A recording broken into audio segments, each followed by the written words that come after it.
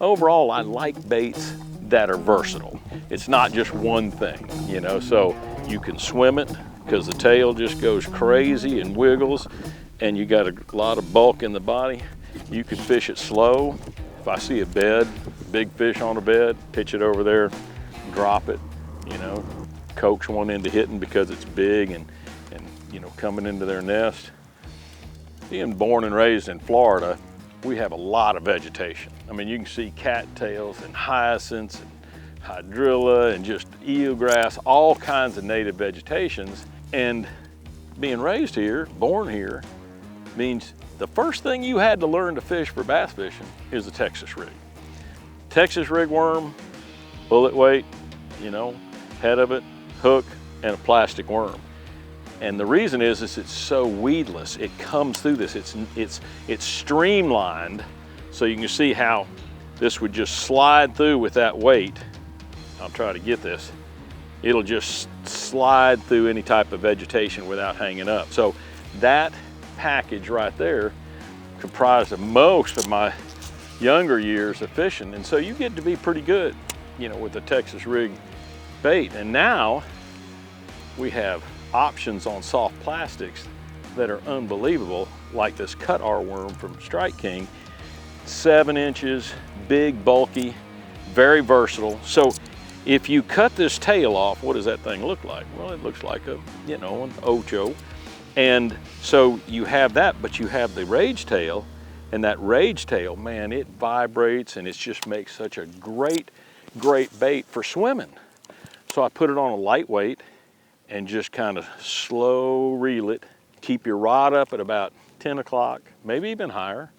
And the reason for that is one slams it, you can drop line to him. If you have it here, like say I was throwing a crankbait or a cricket, a thunder cricket, or just so many baits, I'm gonna be right here. So that something hits it, I can set the hook. Well, with this, I wanna be up here so that when you go, I can just drop it and get a good hook set. I'm not one that likes to quick set anything. I like giving them time, letting them get the bait, you turn, you know, and make it sure that you get in position to catch that fish, which means you're in control of that hook set. I don't want to just swing and have him come swimming at me, and then I kind of don't get him. So the big thing is you get a bite, get in control, and hopefully I'll get one here pretty quick and I can show you what I mean by that, because I'm not going to rush the hook set. I want to get a high percentage of strike to catch ratio. So when I rig a Texas rig, you know, I want it to be straight, so I've got it straight. And right here, you know, this is a TK120, so it has kind of an arb end. It's kind of notches in there to where it holds that worm in there. Well, what happens is you get it in a fish's mouth, he's clamped down on it. A lot of times he'll hold on here and it'll slide down and bunch up.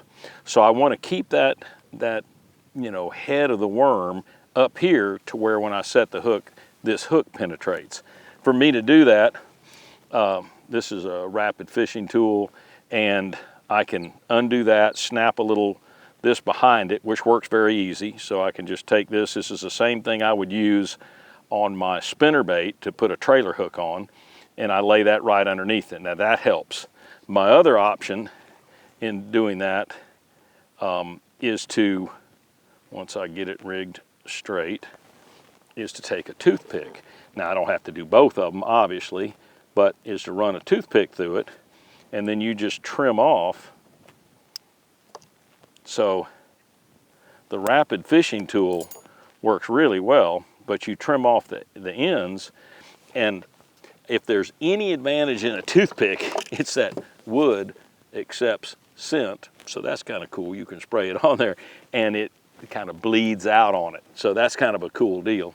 And I would spray it, but it'd be all over the camera right now because our wind's coming from right there. So that's kind of what I do. So by keeping that head of the worm up on the top like that, you increase your hook setting percentage because it can't wad up around the hook. And that's it.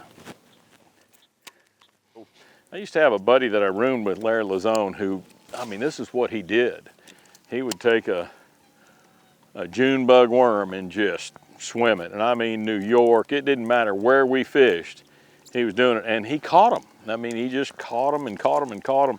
So it's not just a Florida technique, but it is more of a shallow water technique. So when you have shallow water, vegetation, it comes through it so well so that it's one of those baits that, I mean, what else can you get through the middle of a reed head that's gonna work its way through the reeds? You know, a swimming worm. So it's just kind of stuck with me, you know, since early fishing career, is just how good and effective it is. It's kind of like throwing a spinnerbait or a thunder cricket or even a KVD 1.5. And bass, you know, they got tiny, little itty tiny brains. Now we'd like to think they're mega smart on the days that they whoop us, but most days you're talking, you know, they got tiny brains, they don't have hands.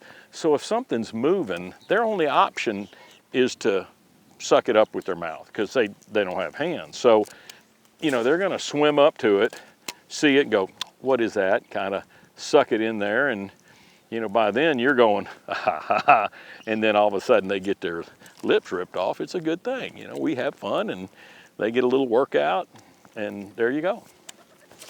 So that's kind of the thing. If it's moving and wiggling, they're probably gonna check it out, see what it is. There he is. Oh, yeah, baby. Giant. Oh, couldn't handle that cut-ar, could you? Look at that. So you can see, you know, I've got the rapid fishing stop right there. Didn't let the worm come down. It's in perfect shape. I can go back, straighten it out, and catch fish after fish. And got a nice little one right there. I'm gonna let him go on this side because I see a bed on that side. So I might be able to throw over there and see if there's a female there before he gets back. Now he'll get back there really quick. Man, I love this, just mounds of hydrilla. This is a perfect deal for this worm, is when you have these mounds with these holes in it. So the bass will hang out in the holes. You can swim it across from one hole, drop it, lift it up, swim it across to another hole, drop it. I mean, it's just a perfect situation for the cut-ar. And this is the mag cut-ar. I should have probably said that. The regular cut-ar is like a, I don't know, 5 and something inch. And this is the mag cut-ar, which is basically a 7-inch. Oh, there he is already. Oh, gosh, it feels good, but he's down in the grass. Let's see what we got. Oh, it's a pig swimming the worm out here. And he just, dude, when you talk about choking it. What'd you say, huh? You said you like that Strike King cut-ar? Yes, sir, you did. So here's another thing. You see where I hooked him? And you can see it kind of got him from here to here, but I let him eat it. I didn't quick set him. Still got a really nice bass, but what a great, great hit. I mean, when you talk about pummeling the worm, it was like, dude, he just whack. And that's what you get. Now I'm gonna try to use this for one more fish. It's still hanging in there, but man, it was like, I'm reeling it along, it's like, boom, and I'm like, oh, that's what one feels like. You've got to love it. So just taking it nice and easy. And I love this rod too. This is the Pro TI, and this is a 7.4 heavy. So it's like a mini flip stick. When you're setting a hook with a worm, you know, you got to have the power to drill the hook. Big, little, you know, whatever. You've got to have that power. And this rod has it. Cast really well, super light. And I just matched it up with a Team Lew's Pro TI reel. Good to go. I think I got this on 17-pound Seagar Abrazex fluorocarbon. Oh, he's got it. Oh, yes. Come on, get up. Oh. So, this is like, woo, you just got, oh, come on, big pig. And This is why you buy lots of mag cut R's, because you catch this with this and you need more of them. And you need more of them and more of them. And you know what's really cool is they've got colors that will fit any clarity of water, any water that you fish. You know, this is pretty clear, but in Florida we love that grape, that dark, you know, purple grape. And of course you can use black blue. June bug is a great Florida color. And then as you get in the clean water, you can use watermelon reds and green pumpkins, and it just goes on and on and on. So, man, I just know I'm having fun. So I'm gonna get another one.